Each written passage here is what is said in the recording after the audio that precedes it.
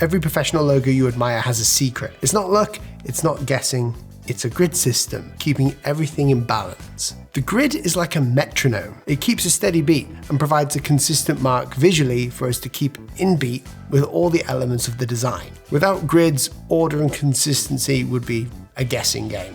Professional logos that work well though, at all sizes, typically rely on a carefully constructed grid. However, there's some grids that are easier to create for your logo, and I'm going to show you how. Let's take this logo. What spacing should we give it? Should the logo type be this size, or should the icon be this size?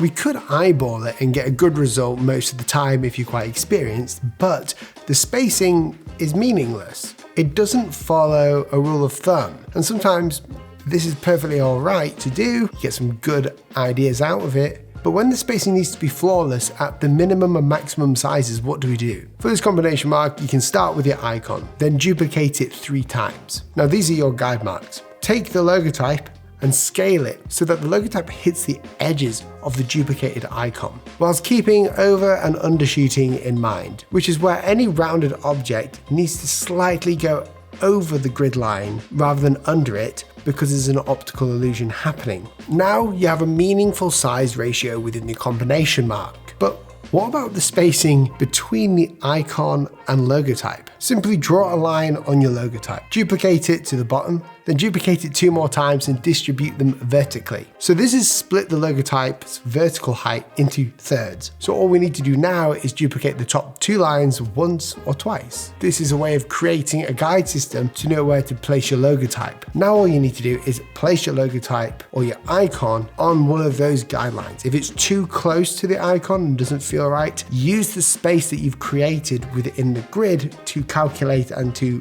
use it essentially as a template for where the icon should go. Now suddenly you have a natural system for sizing your logo's elements without eyeballing it and without coming up with ratios and numbers in midair. The spacing all now makes sense and translates better when in smaller or larger scales. Speaking of tools that designers can use with precision, confidence, and makes life easier, this video is sponsored by Framer. Just like how grids bring structure and balance to logos, Framer brings the same level of professional organization to your web design workflow. We as designers, we all need websites. And our team, including myself, have been using Framer to redesign our portfolio website, and it's been an absolute blast. The main advantage of Framer is you don't need to know any coding. You don't need to be a developer, you just need to be a designer. And you can create beautiful websites like this with all the animations that you see. You don't even need to design it yourself, really. You can choose from hundreds of community designed, ready to use templates and customize them to your liking. Better yet, you can actually sell the templates that you create or your own website that you could create on Framer and earn significant income from that. So go ahead, start building your website for free. Go to framer.com/Will Paterson and use the code WILLP for a free month of Framer Pro. Now we want the Clearspace to make sense for your logo, so we want to make sure we don't come up with spacing and ratios out of thin air. The first way to create meaningful Clearspace is to use an element of the logo to determine the dimension of the space. Select a distinctive element from the design and position it outside the main design to serve as the basis for your Clearspace grid. Once you've established this grid around the outside of your logo, you'll have a meaningful and consistent Clearspace. But what if it either doesn't work as expected or there's no element to base your Clearspace from? This happens quite a lot depending on how complicated or illustrative your design is. Well, let's take a look at Twitch's brand document that can be found online. Here, you can see how Twitch uses ratios based on the entire form of the icon or logo type. This is a great way of creating Clearspace based on halves or thirds. And it's also a great example of a logo usage guide. It's very clean,